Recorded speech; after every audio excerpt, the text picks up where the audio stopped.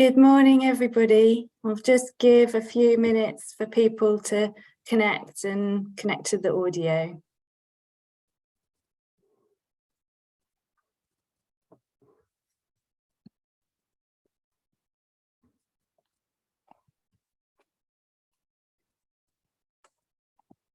Okay, hi everybody. I'm delighted to welcome you to this event this morning. This event is part of our campaign to mark the 16 days of activism to end violence against women and girls. I'm Lucy Downs, I'm Network Director at IRIS-I, and two colleagues of mine are here today. We have Jayza, our comms lead, who has set everything up today, and my colleague Hanya, who is Network Development Manager at IRIS-I, who you'll hear a little bit from at the end. I'd like to introduce you to our essentially panel members. We have Dr. Anna Dowrick, qualitative researcher at the Department of Primary Care Health Sciences at the University of Oxford, and Meredith Hawking, a research fellow at the Wolfson Institute of Population Health at Queen Mary University, London. This event is to explore the qualitative findings from an evaluation of the IRIS programme, which looked at the social value of improving the primary care response to domestic violence and abuse. This is a mixed methods social return on investment analysis of the IRIS programme. Before we launch into things, just a few housekeeping things. We're expecting a big group this morning, so I believe, fingers crossed, we have set the settings so you are all muted and don't have the option to unmute yourselves. However, we are going to have time for a question and answer session with Anna and Meredith. So in order to kind of try to keep things as simple and straightforward as possible and not have too many people talking over each other, I'd like you to put any questions you have for Anna and Meredith into the chat, please. And we'll keep an eye on the chat, and I will put those questions to Anna and Meredith when we get to that part of the session. Okay, next slide, please, Anna. If I can make it work. Yes. Thank you.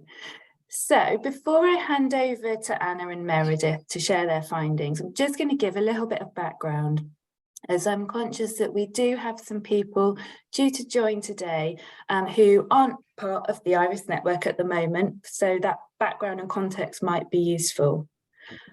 I work for IRIS-I. IRIS-I is a not-for-profit social enterprise established in 2017.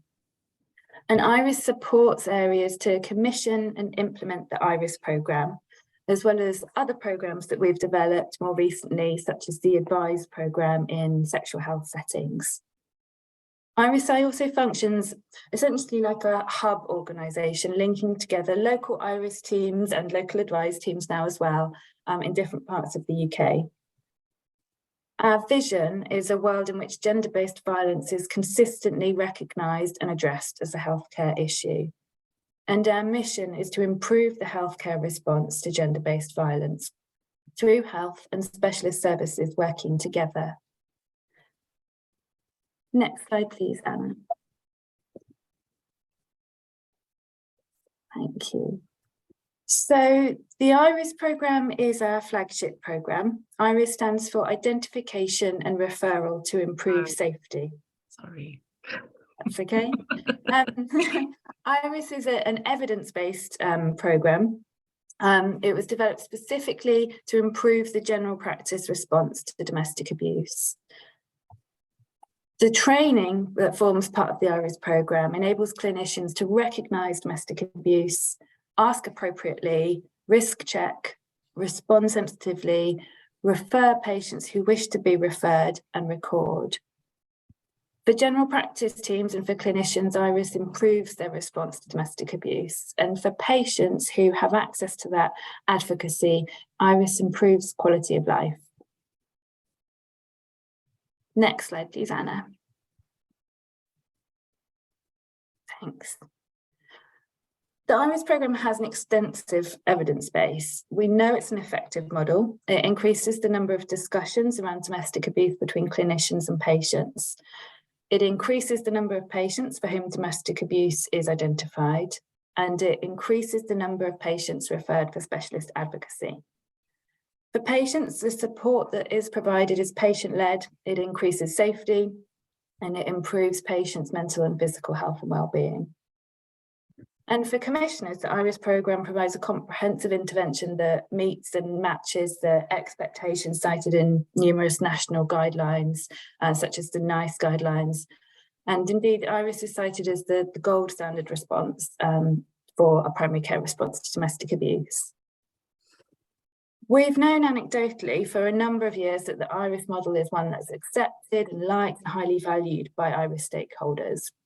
And a few years ago, we began receiving quite a few inquiries from members of the IRIS network, primarily, about whether we could support IRIS partner organisations delivering the programme locally, or support commissioning contacts to outline how the IRIS programme provides social value. And that was a new concept for us at the time. We had to go and do some Googling and look up what social value meant. Around the same time, about 4 years ago, IRIS-I was a successful applicant to the Health Foundation's programme of work, exploring social franchising and licensing. And this was intended to explore whether social franchising can be used as an effective means of replicating good evidence-based interventions in healthcare. Through that grant that we received, alongside other work, we were able to commission an independent evaluation of the IRIS programme in the first handful of sites that had launched using this new method of replicating IRIS.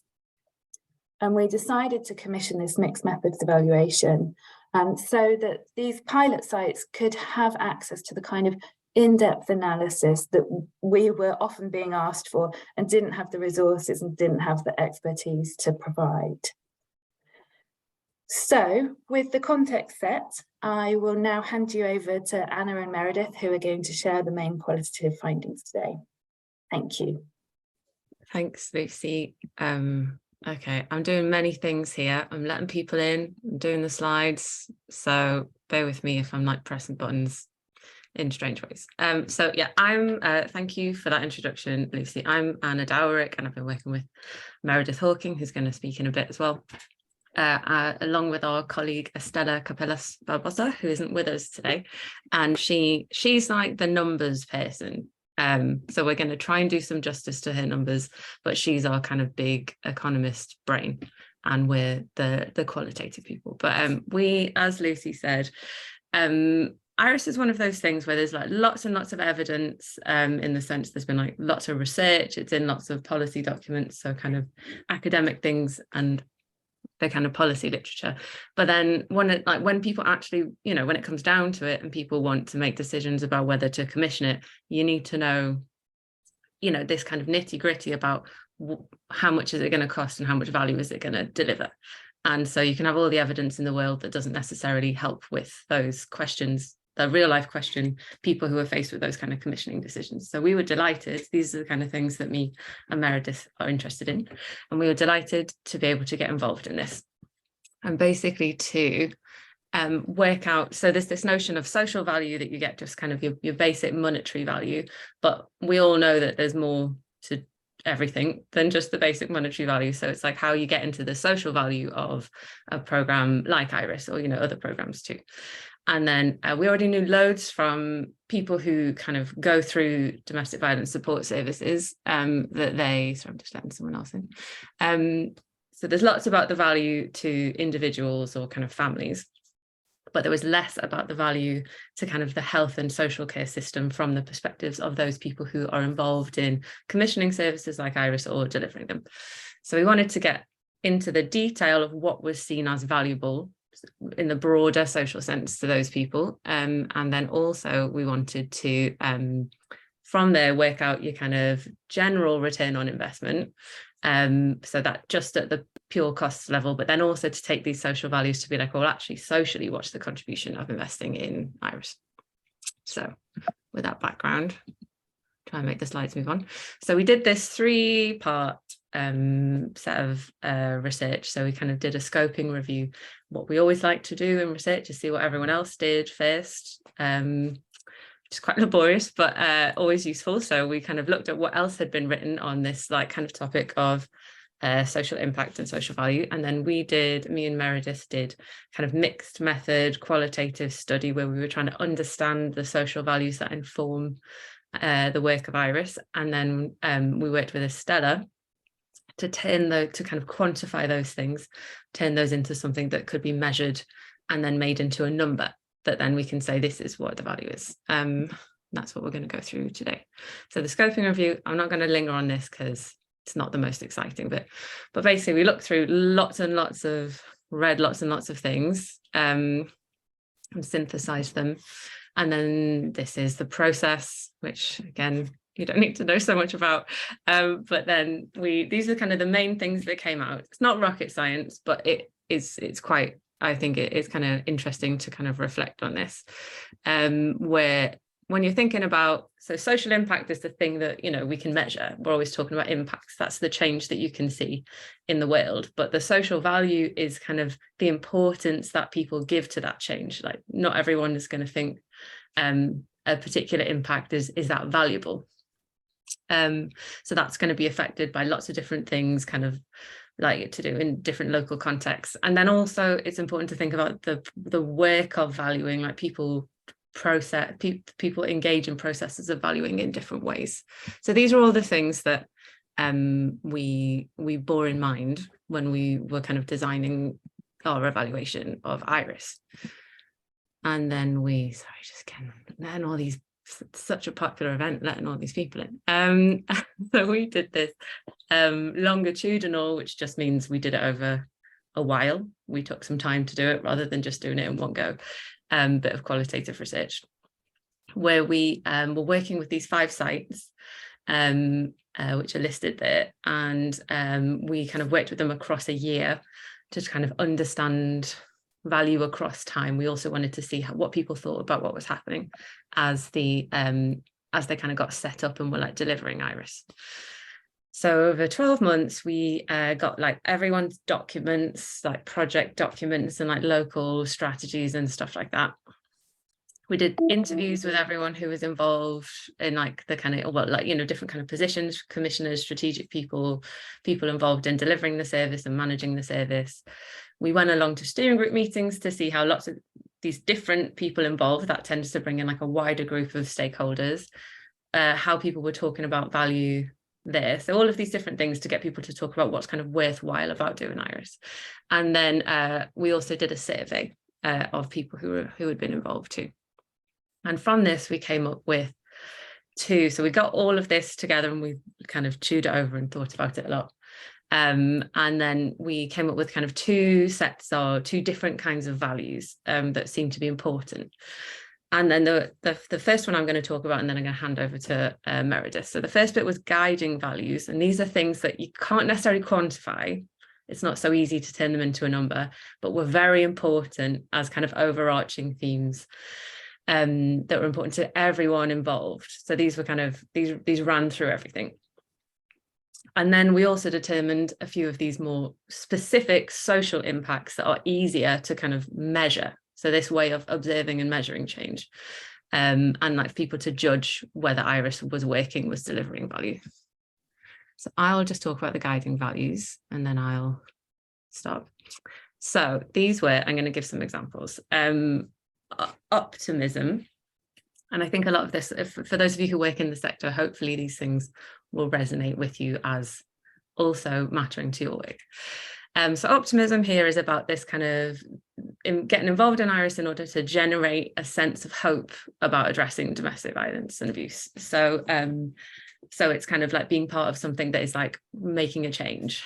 And then something specific to Iris as well is this idea of visibility, where you are seeing people through the Iris program that you wouldn't that like services wouldn't necessarily get to otherwise. So the existing landscape of services is kind of being expanded through doing Iris.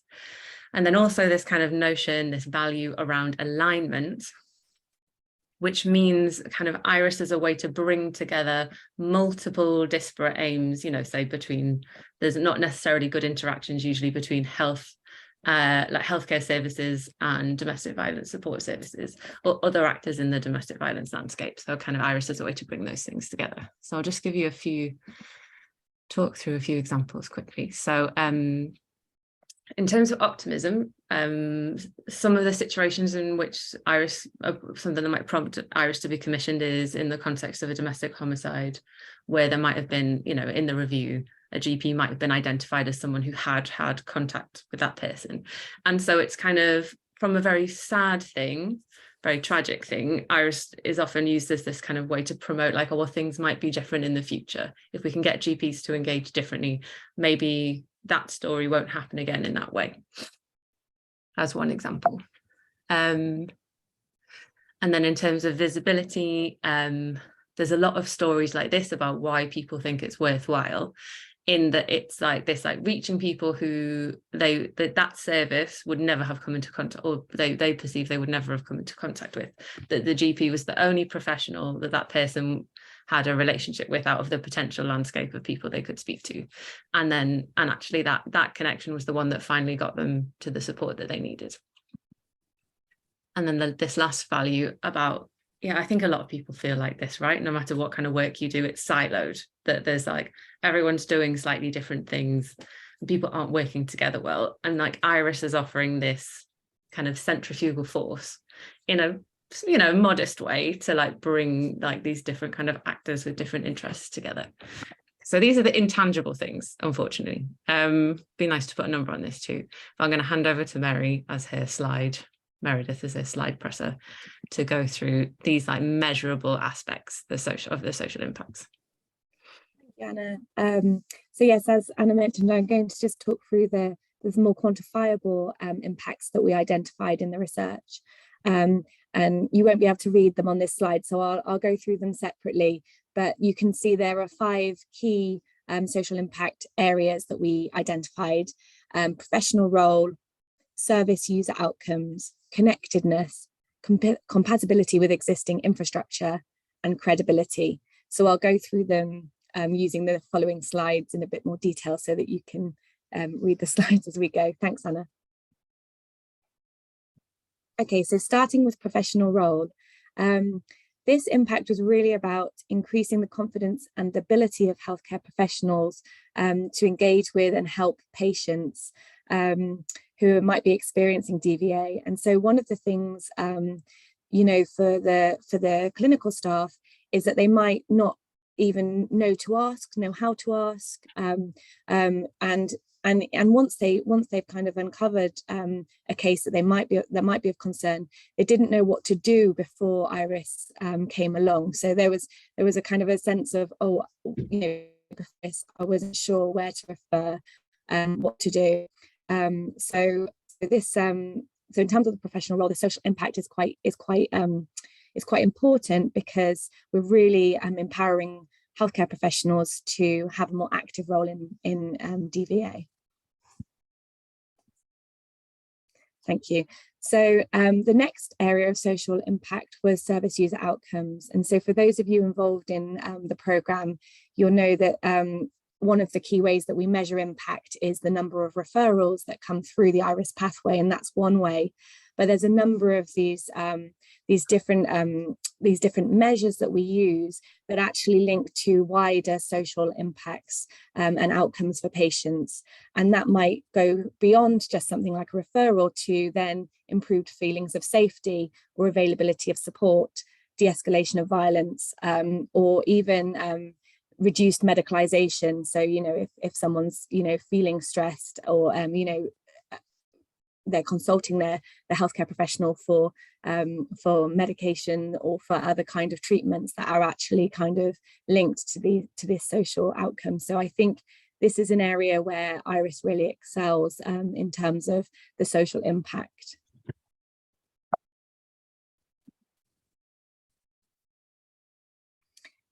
So another social impact area that we found was connectedness. Now, interviewees that we spoke to often described IRIS as a bridge between the different service users, service providers and the healthcare professionals.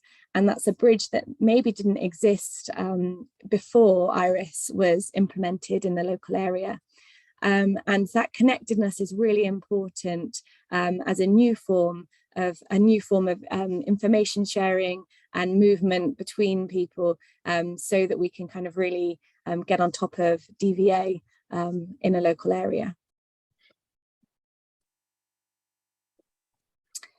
So the next one, compatibility with existing health and DVA infrastructure. So this one is a bit of a mouthful, but really what it's talking about is about, in order for social impact to occur, we really need to have, and this links quite a bit to the alignment value that Anna mentioned, but we really need to have some kind of key infrastructure things in place. So some of the challenges that IRIS faces, it might be something like, funding, lack of funding, or commissioning cycles, which can kind of create an additional burden for those running the service. But also during the time that we were doing this piece of research, obviously there was the COVID pandemic, which is obviously a huge stress and strain for the entire health service.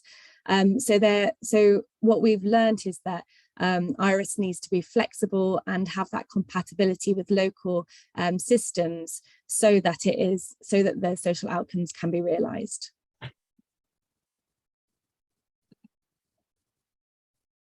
And finally, credibility. So this theme was really around the legitimacy of the service, the IRIS service, as it was perceived by local stakeholders, and the contribution of the IRIS service to the overall credibility of tackling DVA. So the fact that IRIS has a strong evidence base, that it's a national intervention, and it's supported by a team. I think these are all things that local service providers thought potentially increased the impact of the DVA response through IRIS. Okay, so just moving on, and please bear with me because I am not the health economist, but I'm going to try and do some justice to these slides from Estella. So moving on to the return on investment. So the return on investment is a way of calculating the overall programme benefits, so a ratio of the overall programme benefits against the programme costs. And this is a key piece of information that commissioners need when they're deciding whether to commission interventions like IRIS. And so for the average site within our sample, so the 5 sites that Anna mentioned, the average cost was £97,926, and this covered, on average, 230,000 women within that locality. And what we found, can we just move on slide? Thank you. So what we found after considering both those costs and the benefits locally, that the return on investment was £16.79 per pound invested in the IRIS programme for the local systems, healthcare systems. So this is a standard return on investment, and which at the moment doesn't take into account those broader social impacts, which we're then going to now try to bring in. So Anna, if you move on to the next slide, thanks.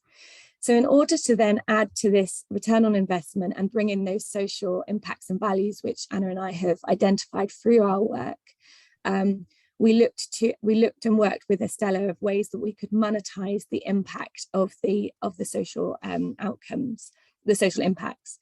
We weren't able to put a number to all of them. So you'll see here that compatibility with existing infrastructure, we weren't able to kind of attach a figure to that, and also to the overarching values that Anna identified. They were just too difficult to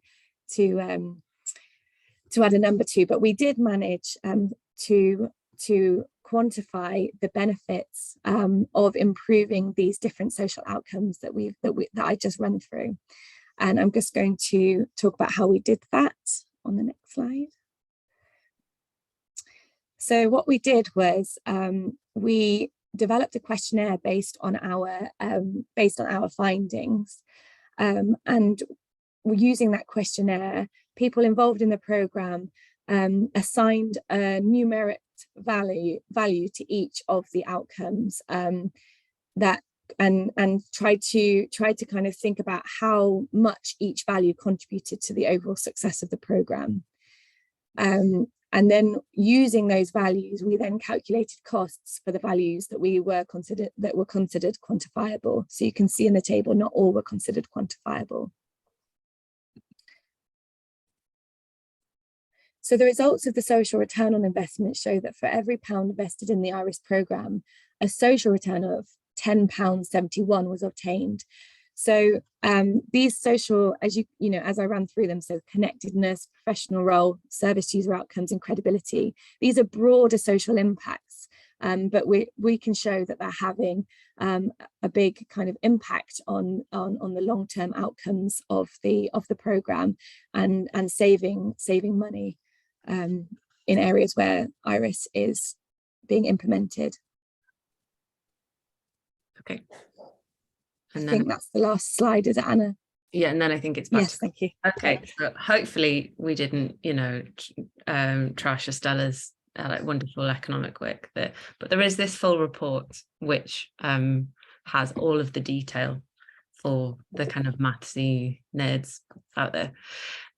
So just like a tiny bit to finish on implication. So there's kind of 3 points we want to make. So for anyone who's involved in kind of the policy side of any of this work, I think what we've done here shows that actually you can do something. It's not that complicated, and you can do it like quite easily to kind of combine, not just your financial return on investment, which in this case was very good anyway, but you can combine financial and social return on investment analyses. And actually, if you do this kind of qualitative work, you can do like a very thorough job of like a quite localized and contextual understanding of like what's valuable and how an investment is going to kind of deliver on that value. So you can kind of, the value of the mixed method approach, basically. And then letting in some latecomers. And then for commissioners, I mean, it's a bit of a no-brainer. Like a program like this, it just delivers a lot of benefit, financial. There's so many things, you do this work on other issues and it doesn't deliver any return on investment. There's lots of things that we do that are very, costly with not a lot of benefit. So we think there's a particularly compelling case for investing in this in terms of what we've found. But also the broader point is that actually it's not just, people often think about IRIS as like it's just training, it's just a referral pathway, but actually it's got these very broad, as lots of programs do, to be fair, not just IRIS, but if you look more broadly at kind of the wider environment, the kind of stakeholders, the networks, it has these other effects that are important to the people involved. And those kind of things should also be involved in commissioning decisions, is our take. And then for practitioners, so say people who are involved in this kind of work, I think what can be helpful about this is it can direct attention towards the things in terms of, say, the impacts that we found, where if you invest effort in those places, then that return on investment that was like £10-ish, 10.70 or whatever it was, you can increase that return. You can make more return off that by kind of increasing things like the numbers of referrals or the kind of engagement. So the bits that we quantified, you can actually ramp that up. So doing this kind of work and identifying the impacts helps you to know how to like deliver extra, rather than kind of putting efforts in places which aren't necessarily going to you're not necessarily going to get the same reward for. And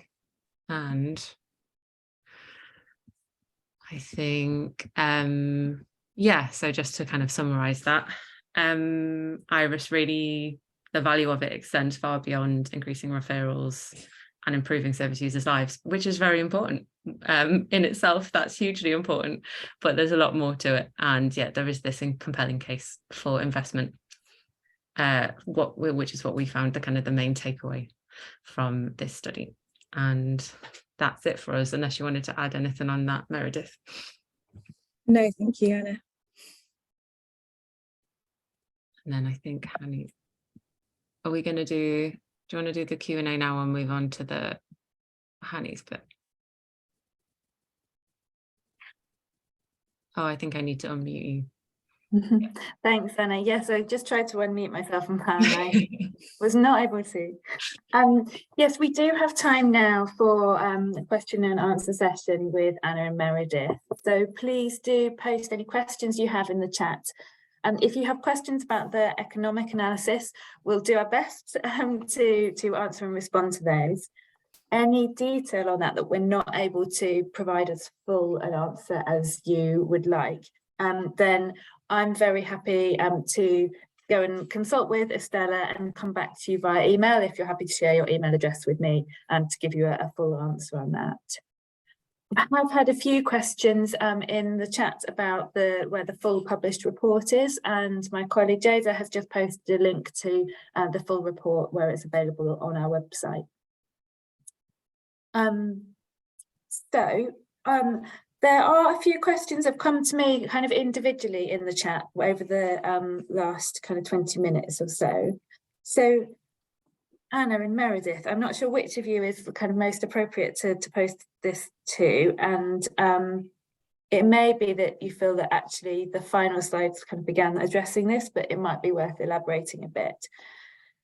The first question is, are these findings transferable to other IRIS sites?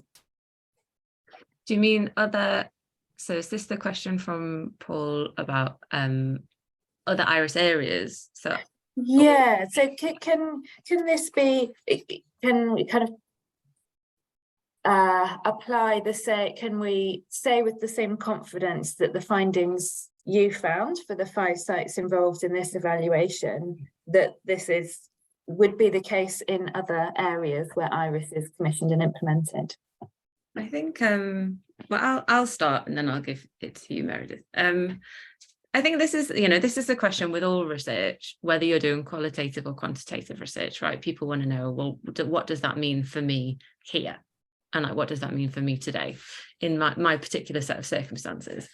And I think like what we try and do as researchers is make anything we kind of share, it's like the most generalizable level it can be, the most thorough work that says like under these, and you make very clear the conditions under which the research was done, so that people can make those interpretations. Everything is nuanced, and there were differences between the 5 areas that like huge differences, but they were between the 5 areas where we did the research, but we picked out the things that were like the top level, most generalizable parts of it. So I think yeah, certainly for now, a lot of what we found would be relevant for other IRIS areas. Someone put a question in the chat about, Paul put a question in the chat, have similar studies been conducted on alternatives to IRIS? They haven't yet, but I think you could probably, again, you could extrapolate if there were similar things in place, if the conditions under which IRIS is being delivered and the types of relationships that it delivers, you could extrapolate some of those findings to there. But then, if there's huge changes to the health and social care system, then it would be different.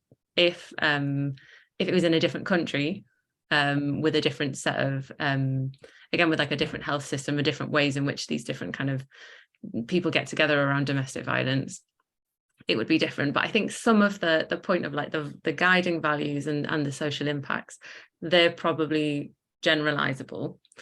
And then you can also look at the economic analysis and look at the specifics of the types of costs that were pulled out that are relevant to this context, the kind of UK context, and extrapolate that to other countries or other places to see what kinds of costs might be equivalent. So of course it's not exactly identical, but I think it's with a bit of context you can transfer it. But what do you think, Meredith? No, I agree. I think we had a real range of sites. So they were on sort of different parts of their IRIS journey, and different in terms of size, the number of referrals, the number of in terms of as well, kind of the stage they were at in terms of delivering the programme. And we did try to speak to range of stakeholders from each site. So I think in that sense, yes, it can be transferable, I think, because we did really have a varied localities across the sites that we identified. But of course, one of the key things with transferability is to read all of the context which was in the main report, and then compare that to your local situation and decide for yourself whether you think that the contexts are similar enough that the findings can be transferable between those. Thanks very much, both. We do have some other questions that have come in as well. There are maybe one or a few that you might feel well placed to answer. I think I could probably give an answer if you don't feel well placed, but there is one specifically to do with the research and the method, I suppose, that you used. What do we do about the values that you can't quantify? Yeah, that's a really great question, Lucy. So it's quite difficult with the, how do you put a number on hope, for instance, or optimism, something like, with the overarching values. I think there are certainly kind of ways that you could quantify, but the data needs to be available. And so the more data that we have about domestic violence and how kind of it links into other parts of the system, that could be published or could be available to someone like a seller, I think, the better that these social return on investment models can be. So they are limited in the fact that not everything is quantified.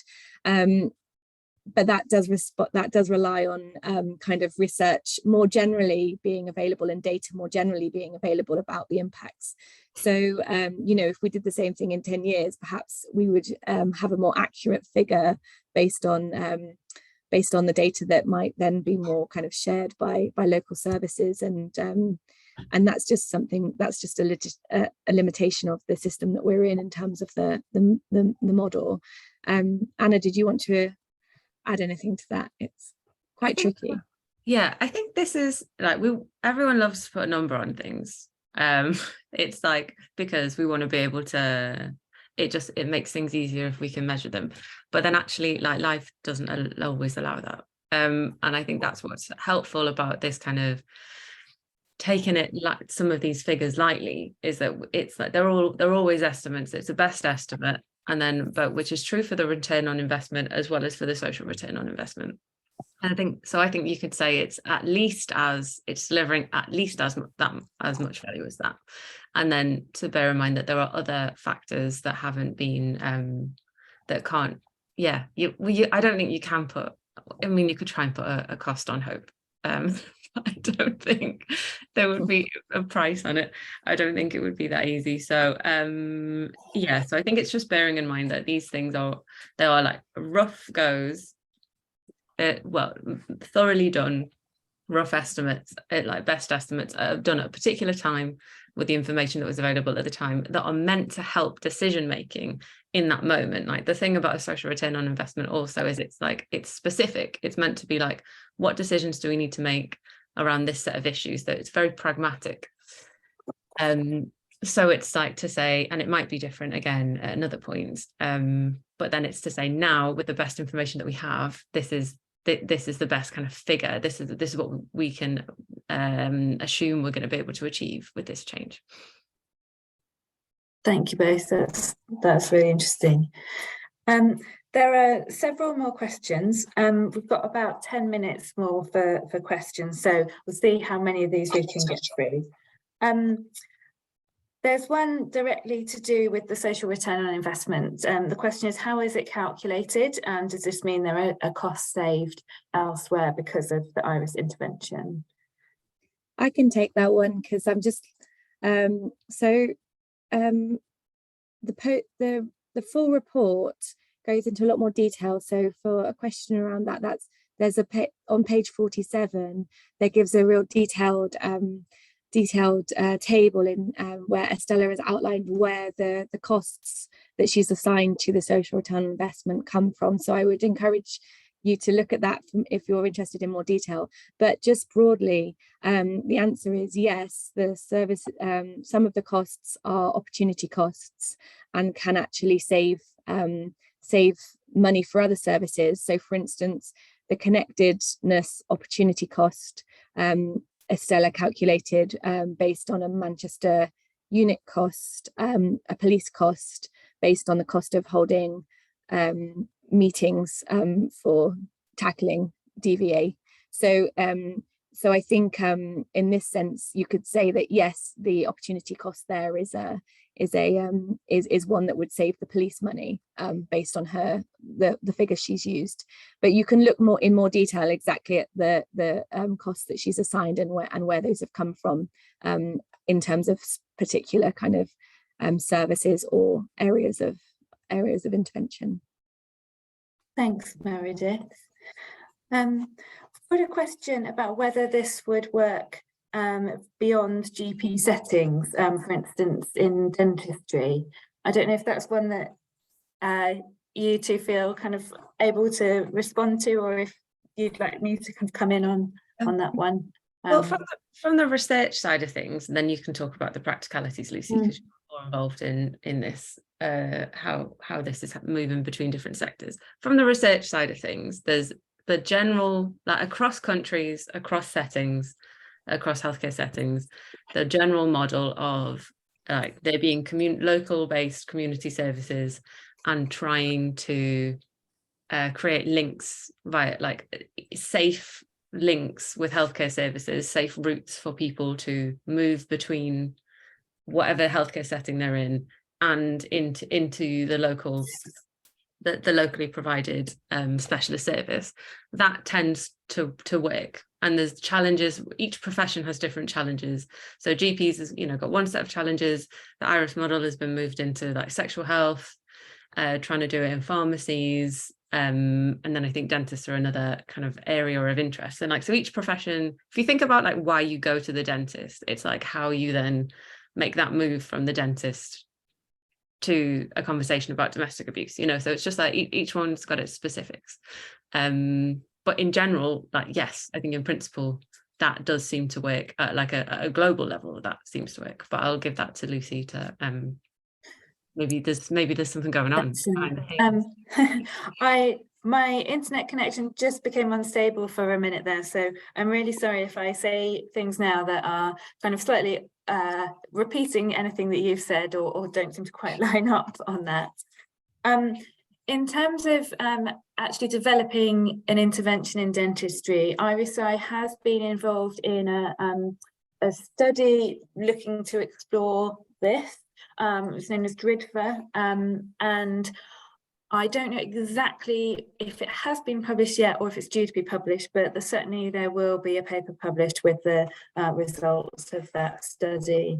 Certainly there's a lot of interest in this, and I know some work has been conducted in a range of dental practices as part of a scheme for known as Pathfinder program a few years ago, and it looks promising, and there's definitely a lot of interest there. So from the kind of practical, is this a real thing that exists in the real world in dentistry?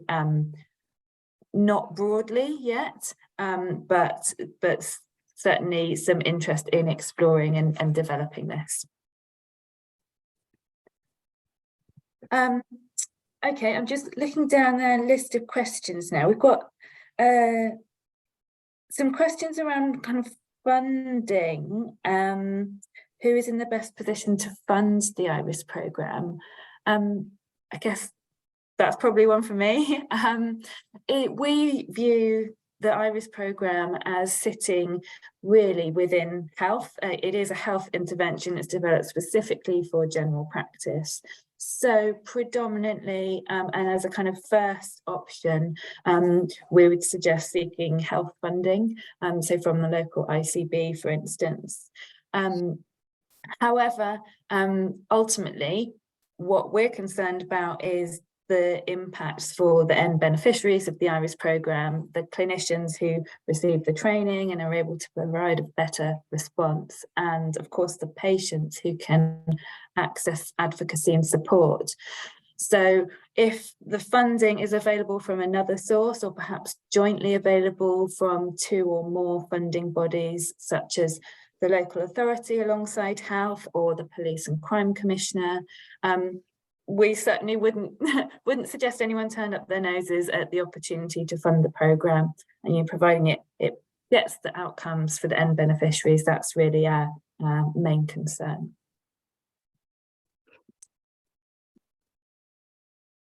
There is a question around the resilience of IRIS services. So I think, Anna and Meredith, this probably is one for you, because you'll know your data and what came up in those interviews.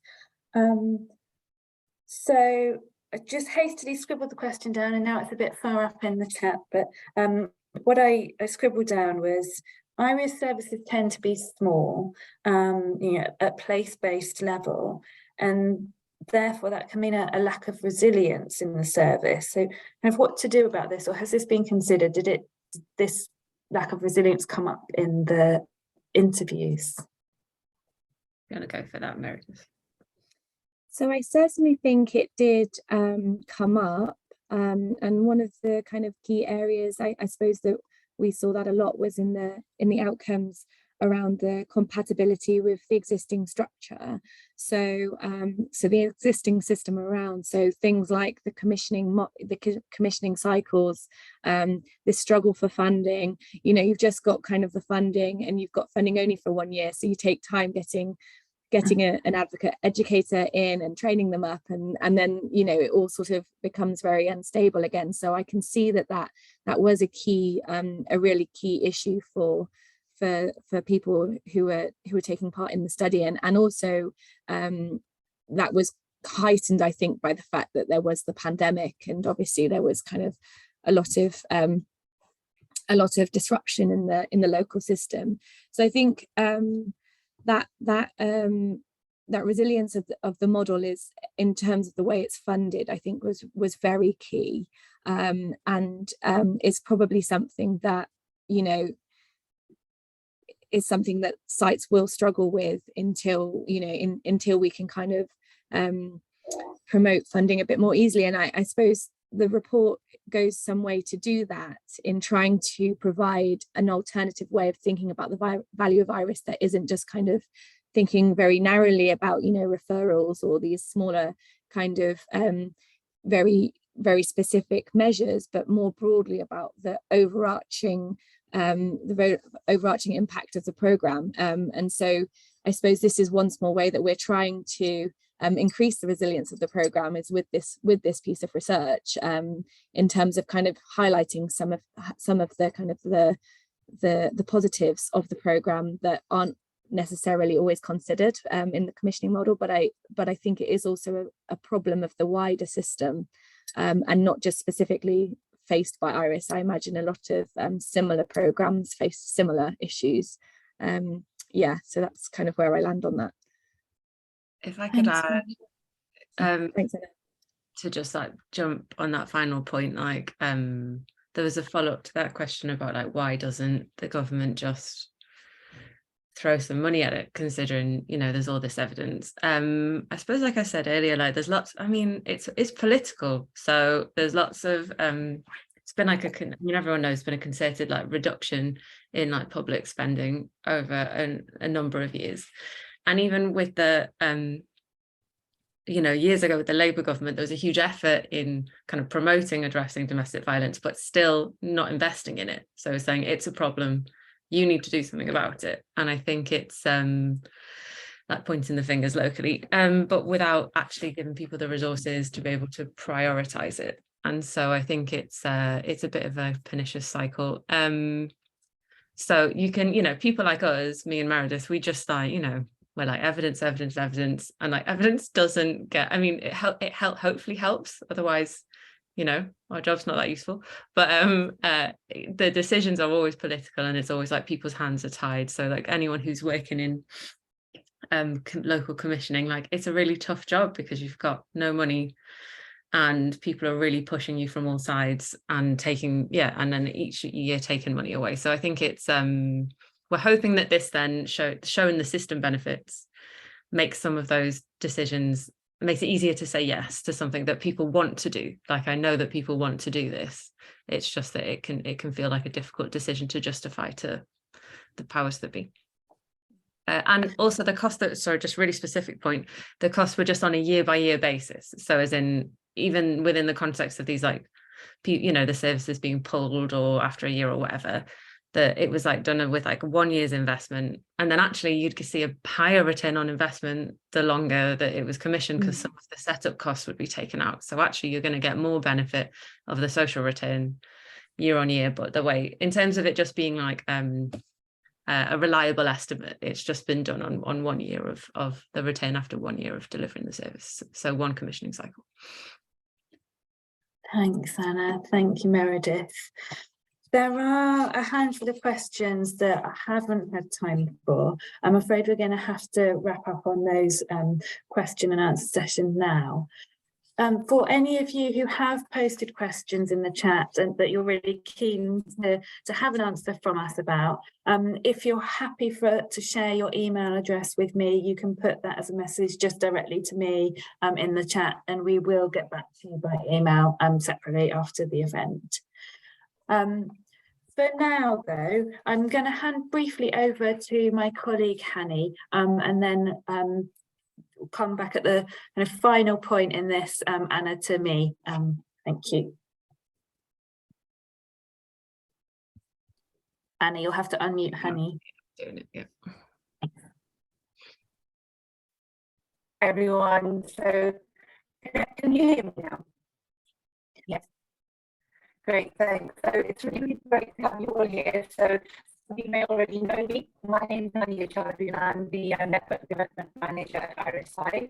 So I'm just really here as your first point of contact for information and guidance on beginning the process of implementing IRIS in your area. So I'm also here to accommodate your inquiries and any kind of initial interest around the program. Even if you're not ready for the implementation now, I can help show you a picture of what the implementation process looks like, costs and scripting of your area, you know, what look like in your area, so that we can forward plan and assist you in the portfolio, ready for when you are in a position to implement IRIS. So part of my role is also to assist you to develop a business case and bring you useful information, research, evidence-based information, and local stats to help aid the successful business cases. Yeah, I'm here to provide information sessions to our stakeholders, GP leads, commissioning bodies, local authority, police, crime commissioners, and basically anyone who's interested in implementing or knowing more about IRIS. So yeah, just kind of like, I'm basically your external team member who's here to different teams and collaboratively work with yourselves as a helping hand to kind of launch and implement the program. So yeah, so basically, you know, that's me. So, you know, please feel free to get in touch with me on the email on the screen if you would be happy to speak around IRIS. Please get in touch, and if you're not quite ready for it even yet, you know, do let me know. Drop me an email and say, honey, is it possible if we can revisit this in, I don't know, it's October, you know, when it's more of an appropriate time for yourselves, let me know, and make sure to kind of keep this a reminder, give you a nudge, and so we can kind of revisit these conversations, because I understand the kind of people that I deal with, they're very busy. So, you know, if I can help by giving you that nudge in a few months' time or next year, let me know. We can't hear you so well, so maybe Lucy could just do a quick summary of what you said. I'll give a little summary, yes. So thank you, Hanny, and I'm sorry, I don't know what it was. The connection was fine when we checked in before the session, but it was a bit glitchy just now, so apologies everyone who found that hard to hear. Hanny was essentially letting you all know that she is the main point of contact within IRIS-I for anyone who has an interest in the IRIS programme, or indeed the advised programme, a programme for sexual health settings. So she's your first point of contact. If you are interested in considering commissioning the IRIS programme in your area, or perhaps you work for a frontline domestic abuse service and you would love to see the IRIS programme in your area and would be keen to deliver it, please do get in touch with Hanny. Her contact details are on the slide. You can also get in touch via the info section on our website. There's a contact form there. So Hanny was explaining the kind of support she can provide to those interested in commissioning IRIS, for instance, around putting together a business case for the programme. So apologies again for the poor sound quality there, but please do give Hanny a shout by email if you are interested in that. Final sum up in that case from me. I just wanted to say a really big thank you to Anna and Meredith for your time this morning, for sharing your findings. I found it really interesting. And I also wanted to say thank you to everybody for joining us this morning, and especially big thanks, I know there are some of them out there, to all of the local IRIS team members around the country, because it's your work that you're doing, training clinicians, supporting patients, that is actually, you know, changing people's lives and improving people's lives. So a big thank you to all of you. We will today be sharing a booklet which summarises the findings from this report. I've had a few questions in the chat about, you know, where is the report? Can this be made available for colleagues of mine who weren't able to come? We are recording the session that will be available from our website in the near future, but the booklet summarises everything that Anna and Meredith covered in some detail. And it's a lovely, beautiful booklet, so please do follow the link. It's in the chat. My colleague Josa has just posted it, and you can also find it on our website. So I think that is it from us. Yeah, thank you very much. Great to see so many people this morning. Thank you for coming. Thank you, everybody. Thank you. Thanks all.